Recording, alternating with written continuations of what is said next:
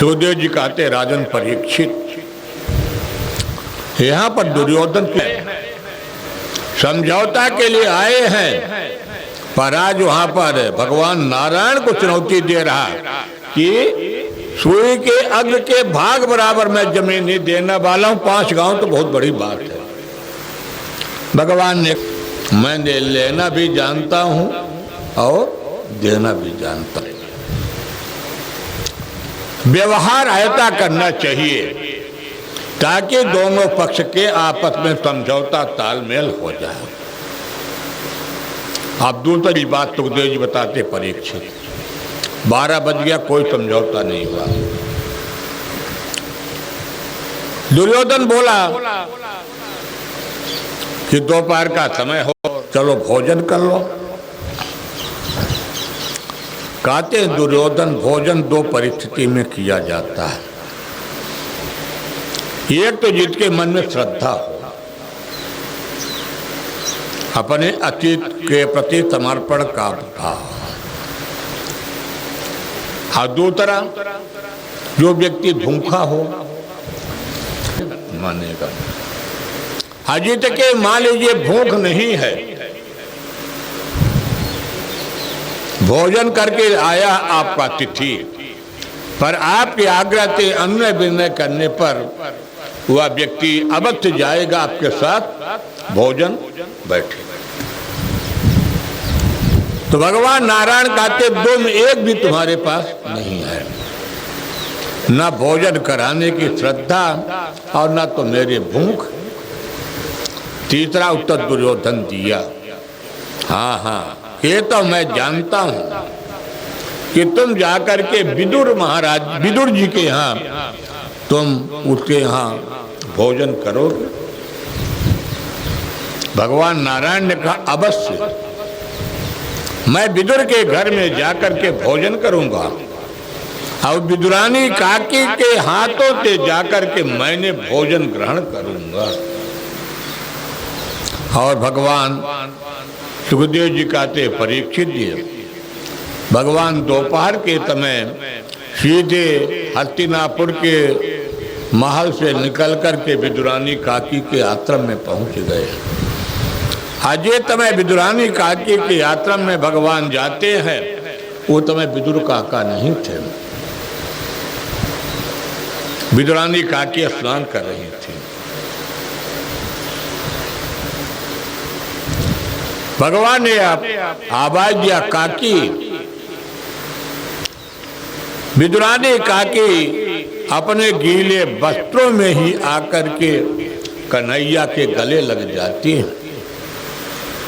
हाँ, विदुरानी काकी जैसे गले लग जाती हैं, सुखदेव जी कहते राजन परीक्षित, भगवान ये नहीं देखते कि मेरा दुपट्टा गीला हो गया है, मेरा शरीर गीला हो गया। सुखदेव जी कहते हैं परीक्षित, आज जीव और परमात्मा का मिलन हुआ। विदुरानी काकी के जब सीने से लगती हैं, परमात्मा और जीव का मिलन हुआ। और जब दोनों का मिलन हुआ और भगवान ने तत्काल कहा विदुरानी काकी कि मुझे बहुत ज्यादा भूख लगी है। काकी ने जल्दी से कन्हैया के लिए जो 5 केले का फल रखे हैं, काकी ने छील छील करके केले के जो अंदर का गुदा था बाहर फेंक देती और भगवान को केले का ही छिलका का भोग लगाए हैं। भाव का ही भूखा हूँ मैं, भाव का एक ही सार, जो भाव से भजता मुझे भाव से बेड़ा पार। आए थे विदुर काका के आश्रम में जाकर के काकी के हाथों से भगवान ने छिलका का भोग लगाया है। हमारे करुणा निधान कितने दयालु हैं। उधर काका जब शहर से आश्रम में प्रवेश किया तो देख करके दंग रह गए कि धन्य है कन्हैया, विदुरानी काकी के छिलकों का प्रसादी ले रहे। भगवान ने इशारा किया भक्त के बीच में व्यवधान मत डालो। भगवान ने यहाँ पर सुखदेव जी राजा परीक्षित जी को उपदेश दे रहे हैं। भगवान ने कहा कि विदुर, अब आप हस्तिनापुर को त्याग करके सीधे हरिद्वार चले जाओ और हरिद्वार जाकर के महामुनि मैत्रेय जी आपकी प्रतीक्षा कर रहे हैं। अब यहाँ पर हरिद्वार में जाकर के उद्धव जी के माध्यम से विदुर महाराज जी मैत्रेय महामुनि ब्राह्मण कुल के हैं। सुखदेव जी कहते हैं एक ज्ञानी भक्त है और दूसरा नीतिज्ञ भक्त है और दोनों का मिलन हुआ हरिद्वार में। विदुर महाराज जी का यहाँ पर जाकर के तो जाते पाते पहुँचे नहीं कोई, हरि को भजे तो हरि होई। विदुर महाराज जी को ये नहीं पूछे कि आप किस जाति के हो।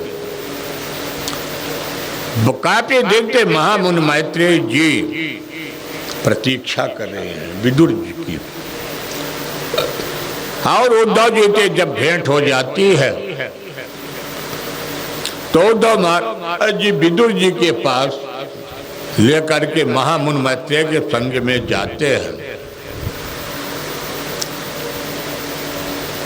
और जैसे महामुनि में आज दोनों का मिलन हुआ, सीने से लग जाते हैं।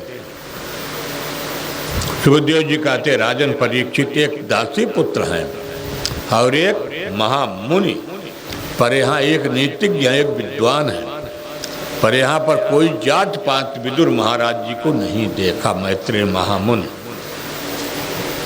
सुखदेव जी कहते परीक्षित, भगवान के संबंध को यदि जोड़ना है तो भगवान यहाँ पर बिरादरी नहीं देखते हैं कि आपके कित बिरादरी के हो, आपका क्या गोत्र है, आपका क्या खानदान है। और विदुर महाराज जी अपने आश्रम में लेकर के जाते हैं। विदुर महाराज जी को सुंदर आसन दिया और विदुर महाराज जी को बैठाते हैं। विदुर महाराज जी के अब भागवत धर्म का उपदेश देते हैं। महामुनि विदुर जी बैठ जाते हैं और अंत में विदुर जी बोले कि संसार में जितनी भी चीजें दिखाई दे रही हैं, प्रत्यक्ष और परोक्ष, भगवान के कितने सुंदर लीलाएं किए हैं। यह संसार क्या है? यह संसार है क्रीड़ा भूमि। भगवान ने यहाँ पर आकर के कई कई प्रकार की लीलाएं की हैं। एक तरह से महामुनि मैत्रेय जी समझाते हैं, एक भगवान का पहला अवतार के प्रसंग को सुनाते हैं। भगवान के 23 अवतार हुए। उस 23 अवतार में भगवान के 2 अवतार सर्वश्रेष्ठ हैं, रामावतार और कृष्णावतार। बाकी जितने भी भगवान के अवतार हुए वे भगवान के समस्त लीला करने वाले अवतार हुए। तो भगवान के प्रथम अवतार का महामुनि मैत्रेय जी विदुर महाराज जी को सुनाते हैं। कश्यप जी के 13 पत्नियां थी और तब से बड़ी कौन है? दिति महारानी।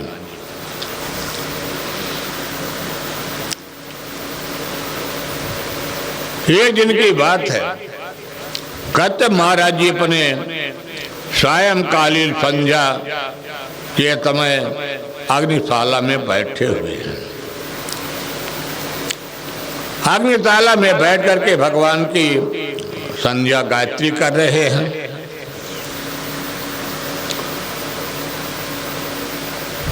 और देते महारानी होती समय काम से पीड़ित हो जाती है। अपने पति कत्य महाराज जी के निवेदन करती। कत्य महाराज जी समझाते, देखिए तुम्हें गोधूली बेला है, भगवान शिव अपने अंतरों के ताति तुम्हें भ्रमण में निकले हैं, ये कोई कार्य उचित नहीं। पर दिति एक भी नहीं मानती है, बार बार प्रेरित कर देती है। कत्य महाराज जी एकांत में जाकर के दिति के साथ सहवास करते,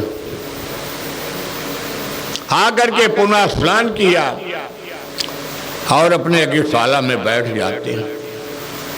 दिति को जाकर के अपने किए हुए कर्म को बड़ा पश्चाताप हुआ कि मैंने आज बहुत बड़ा अपराध किया। दिति जाकर के अपने पति कत्य महाराज जी के चरणों में प्रणाम करते हुए कहते, प्रभु मैं तो आपके प्रति अपराध किया, मैं उस अपराध का क्षमा मांगती हूँ और मैं ये चाहती हूँ कि जो दो मेरे पुत्र पैदा हों उनका भी उद्धार भगवान के हाथों से हो। ये दिति का अपने पति का सत्य कहना। दिति महारानी ने अपने गर्भ को 100 वर्ष तक धारण किया और दिति के उत तेज के कारण आज अनेक प्रकार के व्यवधान उत्पन्न हो जाते हैं। सूर्य की रोशनियां फीकी पड़ गई, वायुमंडल रुक गए, हवा पानी रुक गए। सभी देवता मिलकर के भगवान नारायण के पास गए। नारायण के निवेदन किया, प्रभु तुम्हें तो सारे संसार में बड़ा कष्ट है, न तो प्रकाश हो रहा है न हवा चल रही है। भगवान ने समझाया कि चिंता मत करो,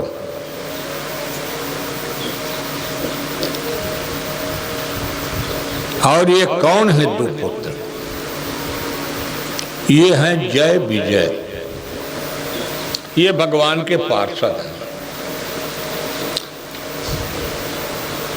एक बार की बात है कि भगवान के आश्रम में 4 मुनि पहुंचे, सनक, तरंदन, तनत और सनातन। ये बाल स्वरूप में संत हैं। इनको भगवान के आश्रम में जाने के लिए परमिशन मिला। जैसे कोई व्यक्ति किसी बड़े आदमी के यहाँ रहता है, वीआईपी ड्यूटी करता है, तो तब के पहले गेट पास, और जब गेट पास मिलेगा तब आप अंदर प्रवेश करेंगे। यहाँ वही गति हुई है तो भगवान की महिमा, क्योंकि इन 2 पार्षदों के मन में अहंकार आया था कि मैं जिसको चाहूं तो भगवान से मिलाऊं, और जिसको चाहूं तो मैं अपना डंडा दिखाऊं। संयोग के 2 ब्राह्मण, 4 ब्राह्मण पुत्र फंस गए। सनकादिक महामुनि डंडा टेक दिया, ये बालको कहां अंदर जा रहे हो? बालकों ने कहा कि मेरे पास तो भगवान के दर्शन करने के लिए आज्ञा मिली है, मैं तो जा सकता हूं। बात बढ़ गई, खटपिट होने लगा। यही सनकादिक मुनीश्वरों ने जा करके जय विजय पार्षद को श्राप दे दिया। एतौ तो पार्षदो मह्यम जयो विजये वचा कदरति कृत माम यद्योपक्रांता मतिक्रमम्। अरे तुम्हारा यह बुद्धि कैसे भ्रष्ट हो गई? और यही दोनों जाकर के असुर योनि में जन्म लिया। तो ये कौन बनते हैं? हिरण्यकश्यप और हिरण्याक्ष। तो पहला आया हिरण्याक्ष। जब हिरण्याक्ष ने 100 वर्ष के बाद अपने गर्भ से निकला और यह सीधे गदा लेकर के भगवान नारायण के धाम में पहुंच गया, क्योंकि देवता तो कोई युद्ध करने को तैयार नहीं हुए। भगवान नारायण के पास गया तो भगवान नारायण कहे कि अब तुमको योद्धा मैं खोजूंगा, तुम अभी शांत होकर के अपने आश्रम में लौट के जाओ और मैं तुमको योद्धा खोजूंगा कुश्ती लड़ने के लिए।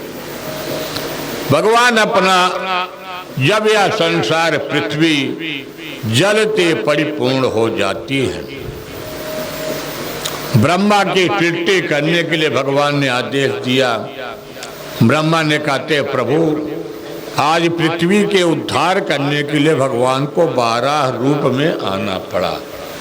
भगवान का प्रथम अवतार होता 12 अवतार। बोलिए 12 भगवान की जय।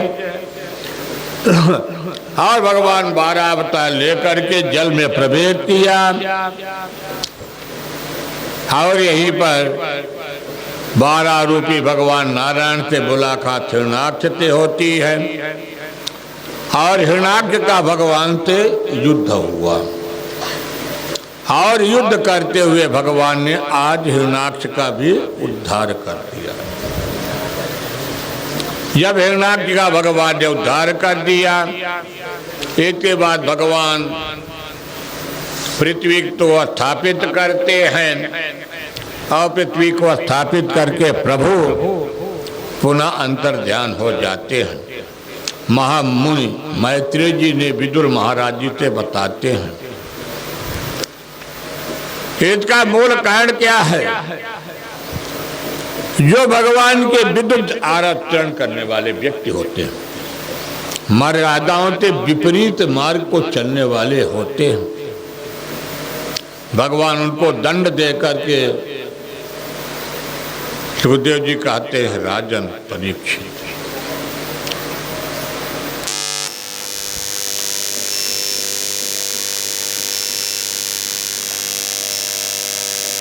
ये प्रकार से भगवान जब हिरणाक्ष का वध किया और भगवान के वध करने के बाद कपिल महामुनि के देवहूति माँ हैं यहाँ पर, क्योंकि कपिल जी के देवहूति की माँ का संवाद का भी वर्णन किया गया है। कदर्मृति जी 9 बहनें थी, बेटियाँ थी और कदर्म जी की 9 बेटियों का ब्याह कर देते हैं। अब ब्याह करने के बाद 10वें में महामुनि कदर्मृति के पुत्र के कपिल देव महाराज जी का प्रकट हुए। अपने शब्द के अनुसार महामुनि कदर्मृति अपने पत्नी को वृद्धा को त्याग कर अपने पुत्र संग को करके और उन्होंने चले गए वन में। एक दिन देवहूति माँ अपनी 9 बेटियों को लेकर के आज महामुनि कपिल जी के सामने बैठ करके और स्वयं भगवान के चरित्रों का वर्णन पूछा है। देवहूति ने क्या पूछा कि सांप, चूहे, मेढक ये सब अपनी अपनी कुटिया बनाते रहते हैं, सब परिवार अपने पार रहते हैं, कोई नीचे रहता, कोई ऊपर रहता है, एक प्रकार से संसार रहते हैं। पर देवहूति ने पूछा, मैं एक ऐसे संत को देखा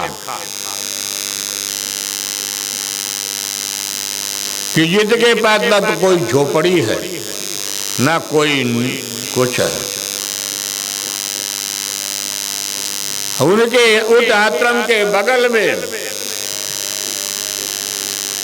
सिर्फ झरने हैं और उस झरने में जितने भी संसार के जीव जंतु हैं वे सभी जल पिया करते हैं,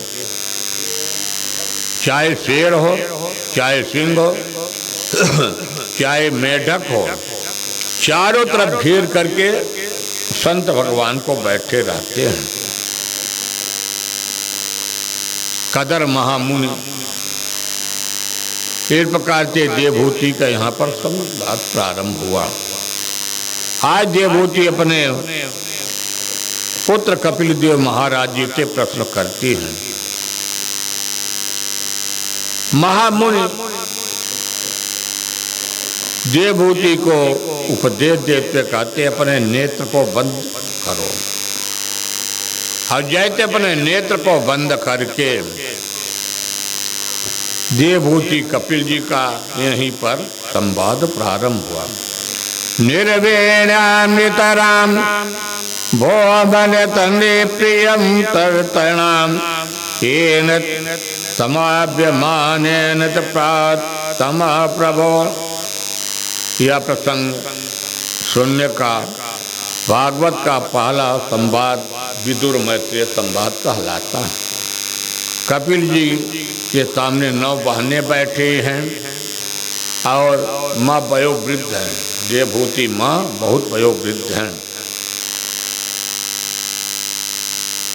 पहला प्रश्न देवभूति ने प्रश्न किया, मन का बंधन शरीर का या आत्मा का, मन को किस प्रकार से बस में किया जाए, ये उनका प्रश्न था। कपिल महाराज जी समझाते हुए कहते हैं, माँ आप तो स्वयं विदुषी हैं, परम साध्वी हैं, और मैं आपसे इस प्रश्न का क्या उत्तर बताऊं। पहला, जीवन में सबसे बड़ी चीज होती है संयम। कपिल महाराज जी बता रहे हैं, अपने इंद्रियों को अपने बस में रखना। यदि मानव तरी पा करके अपने इंद्रियां अपने बस में नहीं हैं, उसका जीवन सार्थक नहीं हो सकता है। कहते जैसे एक 5 ज्ञानेंद्रिय, 5 कर्मेंद्रिय और 1 मन, ये हमारा 11 तत्वों से सजीव मिला। कपिल जी बड़ा ही सुंदर उपदेश दिया। कहते जैसे भगवान ने मुख बनाया, 2 नेत्र बनाए, नासिका बनाया तो नासिका में 2 छिद्र बनाए, भौमी भगवान ने बनाया, तो सबकी अलग अलग कार्य हैं। जैसे नेत्र ने क्या देखता है, अच्छे चीजों को देखा। नेत्र गंदी चीजों को भी देखा। यही तो मन का विकार उत्पन्न हुआ। जब नेत्र अच्छे विचारों को देखेगा तो अपने मन में अच्छी भावनाएं आएंगी। और जब नेत्र जैसे पकवान को नेत्र ने देखा कि अच्छा बढ़िया है, तो जीवा को साथी बनाया। जीवा ने कहा कि भाई शुगर है तो देखा जाएगा बाद में, पहले 1 गुलाब जामुन मिल जाए। किसको साथी बनाया? मुख को। नेत्र, जीवा और मुख। चौथा काम आया नाक का, तो नाक का यार सुगंध तो बहुत बढ़िया। ये क्या है? रत्नेंद्रियां। और जब इस रत्नेंद्रियों के द्वारा मैंने उस तत्व को प्राप्त किया, पर क्या मेरी संतुष्टि हुई? कुछ क्षण के बाद मेरी पुनः इच्छाएं प्रकट हो गई। दूसरी बात, मन का बंधन का कारण क्या है? आत्मा और मन का बंधन हो ही नहीं सकता है। आत्मा और मुक्ति का सोचना भी अपराध है। यहाँ पर सुखदेव जी कहते, राजन परीक्षित, बंधन मन का कैसे होगा? भगवान के जब चरणों में मेरी डोर बंधेगी, कितना आसान नहीं है कि जल्दी से एक दिन समाधि लगाने के बाद मन भगवान के चरणों में जुड़ेगा।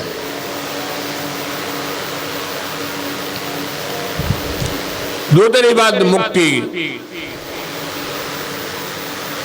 तो जब तक मन आसक्त नहीं होगा।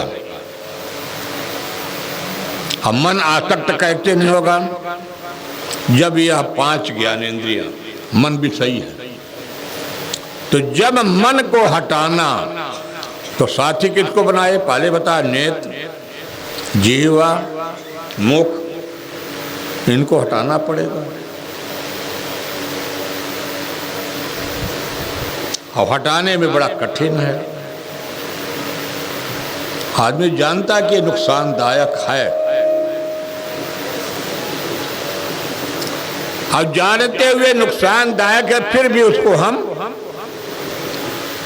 ग्रहण कर रहे, देख रहे हैं। सुखदेव जी कहते हैं, यह मन को एकाग्र करने के लिए एक ही साधन है, अनासक्त बनो। ठीक है, हमारे सामने रखा है। कोई व्यक्ति बहुत आग्रह कर रहा है, अरे महाराज एक ले लो, बाकी क्या नुकसान होगा,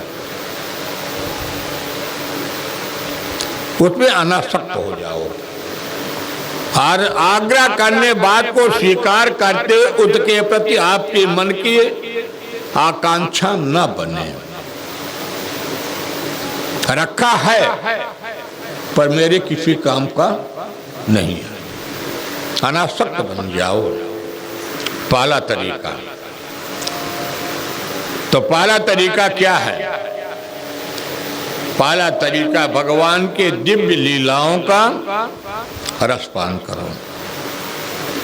भगवान की उस दिव्य रसलीला का पान कैसे मिलेगा?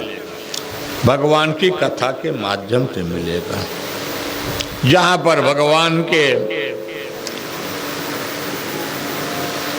जिन संतों के माध्यम से, विद्वानों के माध्यम से, कथा के माध्यम से, सत्संग के माध्यम से मन को जोड़ने का संबंध होना चाहिए। जाने बिना नहीं हुई परतीति, अबिन परतीति हो न प्रीति। क्योंकि मन की प्रीति जल्दी नहीं होती है। कपिल महाराज जी कहते हैं, कपिल महाराज जी जीवन में कहते, माँ सबसे बड़ा जीवन का आहार, विहार, निद्रा, आसन, ये तभी बताए जाते हैं। सात्विक भोजन करो। जब अपने जीवन में हम सात्विक भोजन करेंगे, हमारा विचार भी क्या बनेगा? सात्विक बनेगा। और यदि हमारा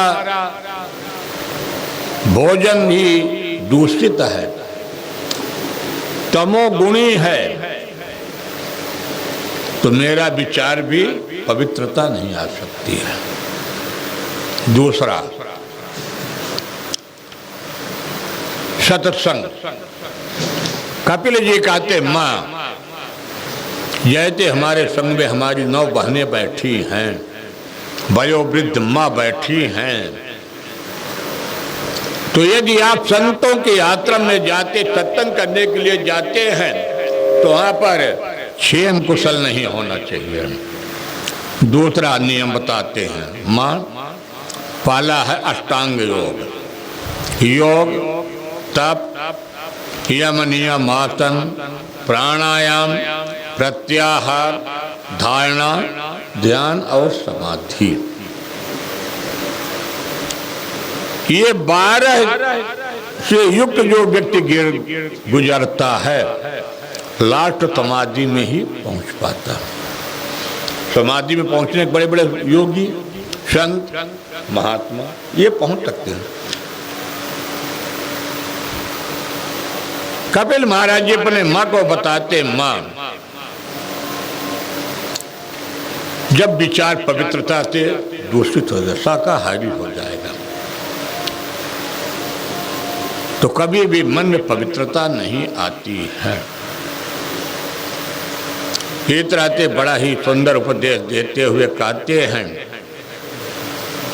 माँ हातम हरेर बनिता किल लोक तीव्र शोकात्रिवता गर्भितोर्त मुदारम सम्मोहनाय रचितम निज माययात ब्रह्मंडलम मुनिकृते मकर ध्वजा।